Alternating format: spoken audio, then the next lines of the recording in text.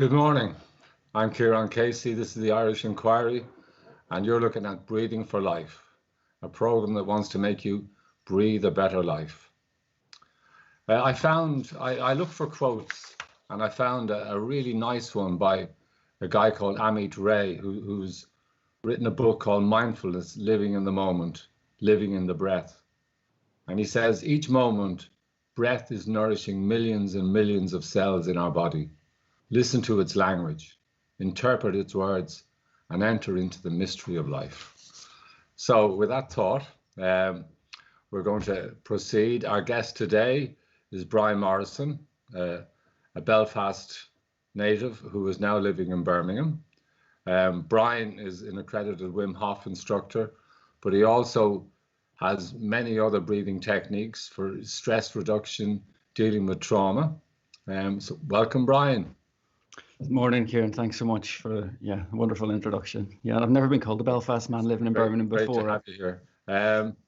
Well, as everybody else has been doing, can you give us a bit of your story of what it was that led you into working with the breath and some of the benefits that you found that you can get from it? Yeah, absolutely, of course.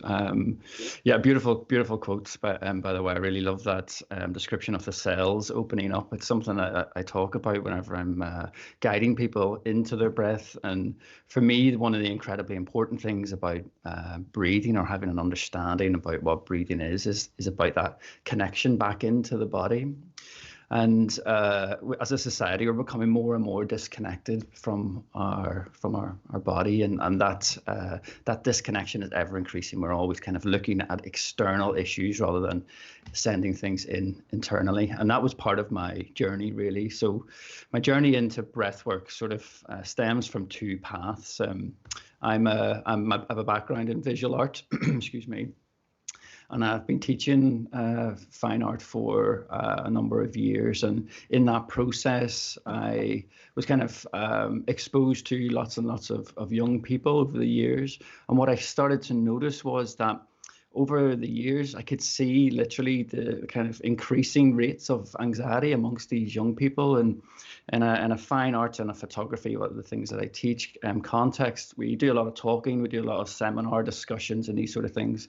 And what I would see is that these people were absolutely crippled with the thought of having to speak in front of other people. And that to me seemed like a real signal of just how kind of how much anxiety there is brewing in these young people. And it gradually, as I say, year on year, I would see new groups of students coming in, and they would be suffering more and more, and the numbers were growing. And as an academic member of staff, you don't really have much that you can offer in the sense of support. It's very much kind of we are not qualified to help you. Go and have a chat to someone else type thing, and that kind of left me feeling a little bit.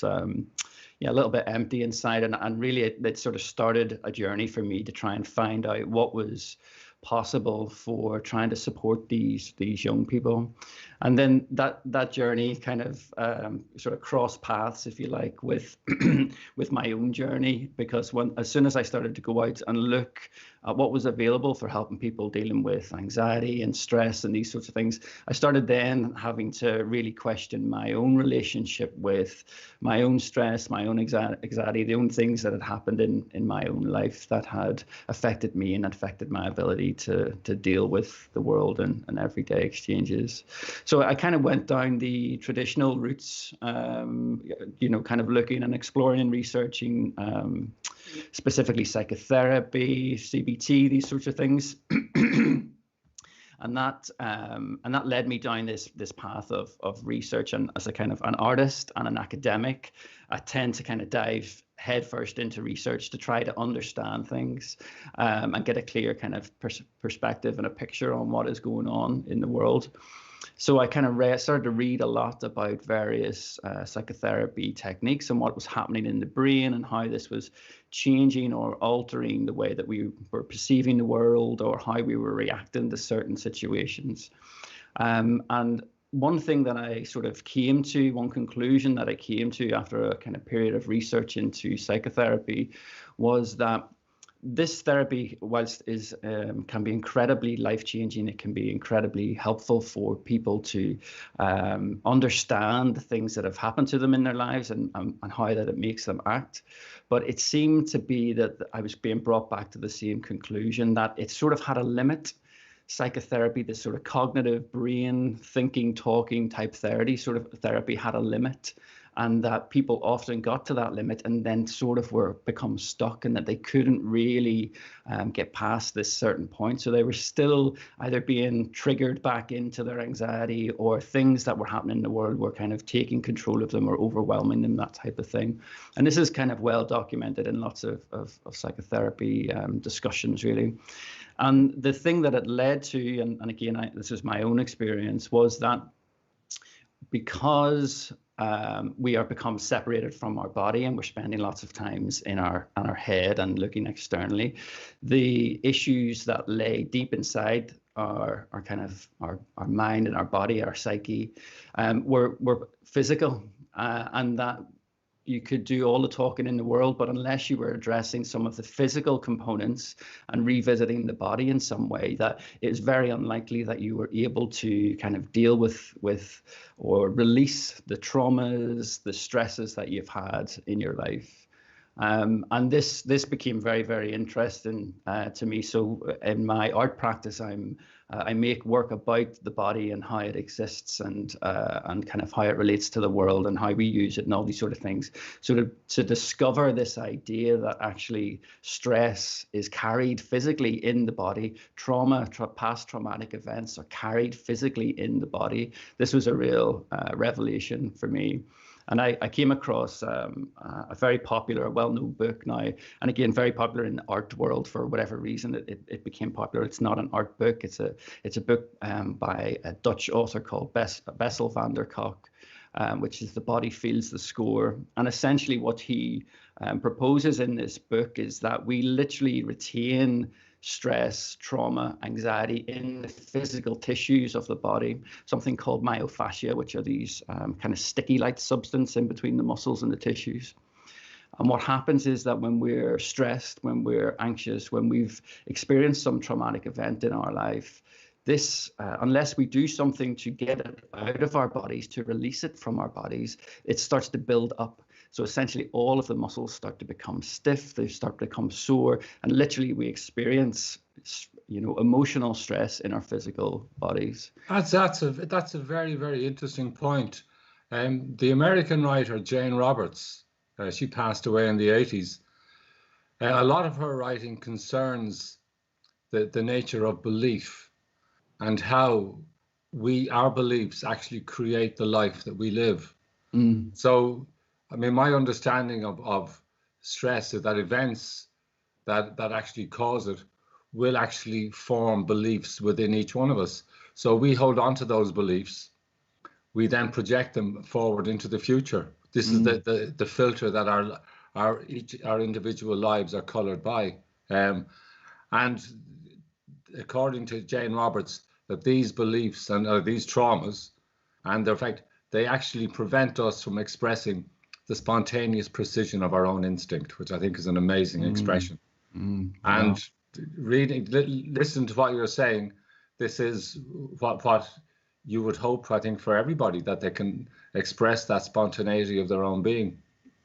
Yeah, I mean, absolutely. Again, beautiful way of putting it, Kieran. And I think that what is utterly bizarre about this whole situation is that I want to make a point pretty clear as well, Kieran, is that when we talk about trauma, I think there's a tendency to associate that word with these, kind of horrific events, these one-off horrific events, like, soldiers in the army, or, someone's caught up in a terror attack or something like that. There's an association that's what trauma is, or car accident, or these sorts of things. And whilst that's true, that, of course, they are all traumas, trauma exists in lots and lots of different ways.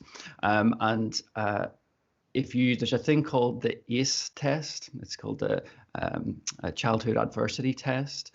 And basically what it does is ask you a series of questions about things you experienced when you were a child.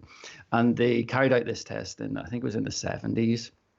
And they realized that the numbers of people who had suffered, based on this kind of design test, the number of people who had experienced adverse experiences as children was huge, absolutely huge percentage of the population. And the strangest thing about it was they had no idea. They didn't realize that they had been traumatized in this way. So if you don't even know that you have experienced trauma in your life, how on earth are you ever possibly going to deal with it? And what happens to people who experience trauma? And basically, I would argue that almost every single human being on this planet has experienced trauma in some degree, of course, some more severe than others. But for those of us who've experienced trauma in our life, what happens is we tend to kind of disassociate from that, and our life experiences become normal, whatever they may be. So reacting badly or overreacting in a situation, for example, that becomes absolutely normal, and that's just how you react. And this is again all about how the body carries this trauma around, and it becomes your normal. So there is this no awareness whatsoever that you should be doing anything to try and change it or release it. You just know you feel terrible, but you just think that's the way of life.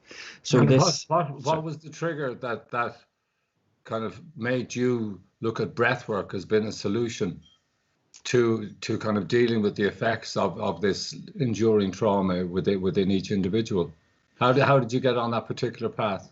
So for me, it was about kind of looking at these body therapies, of which there are many. There's kind of lots of kind of body techniques, body release techniques, physical myofascial release thing called rolfing, all these different things that were discussed in this book and other texts about physical things.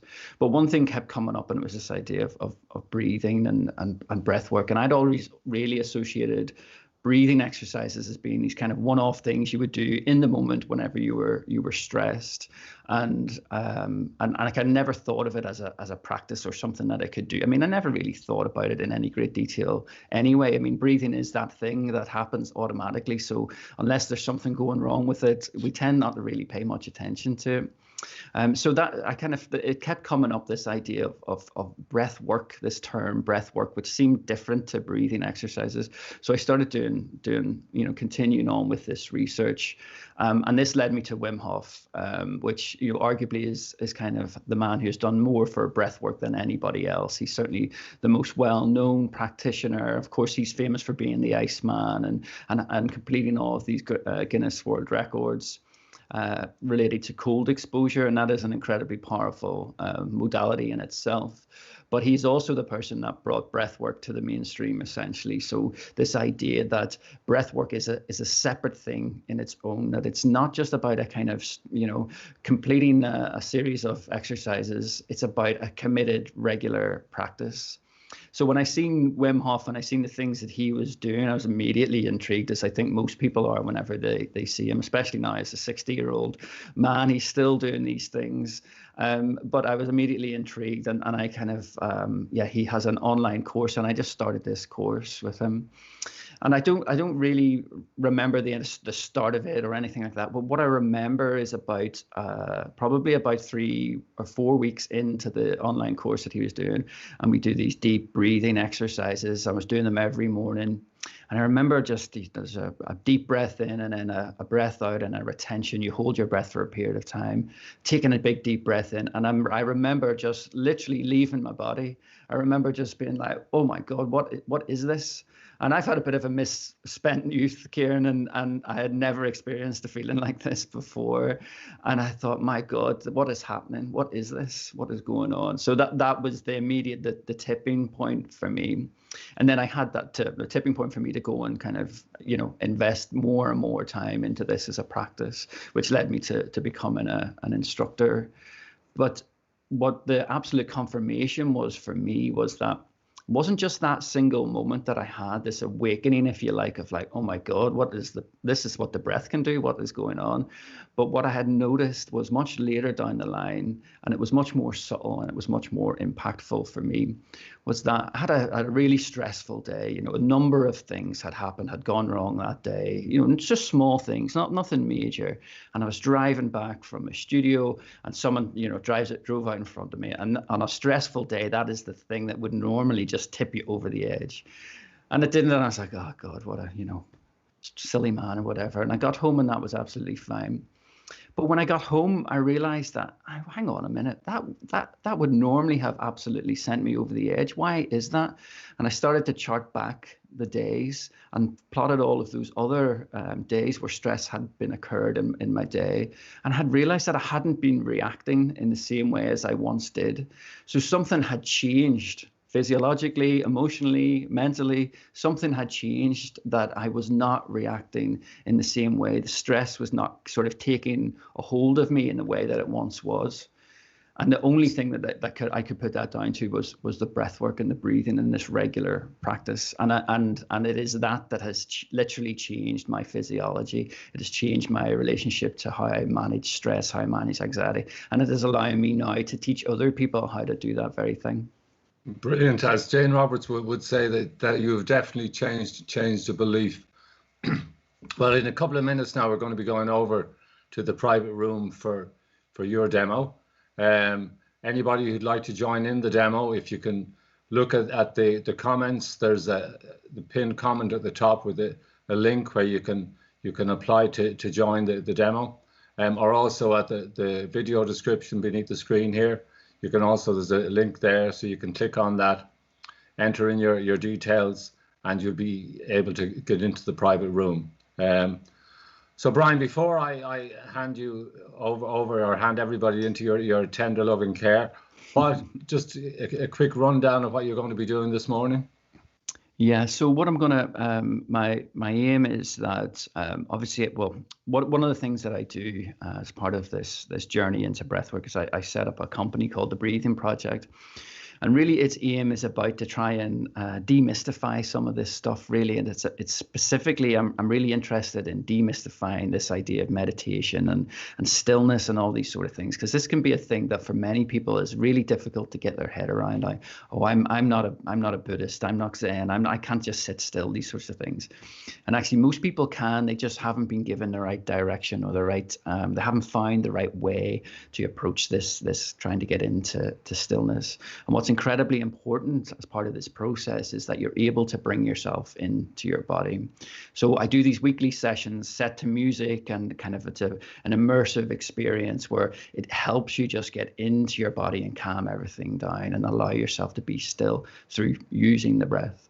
But what I'm going to do this morning is just some very simple, basic exercises, and I'm going to be using my voice. You might have heard that I'm using quite a high spec microphone here, and this is deliberate because I'm going to be using my voice to try and guide you into your body in a very controlled and safe way. So if you are planning on joining us for this little introduction session, if you have some headphones, it would really entice the experience, improve the experience if you have some headphones. It's not a necessity, but if you do, it might just improve the experience a little bit more. All right, Brian, that sounds amazing. So folks, get your cans on, right? Lay down, chill out, and listen to Brian Morrison. Brian, thank you. Thanks, Kieran. All right, guys. So I'll give you a minute or so just to relax yourselves. And as I say, if you have some headphones, you can pop those on and just allow yourself to take this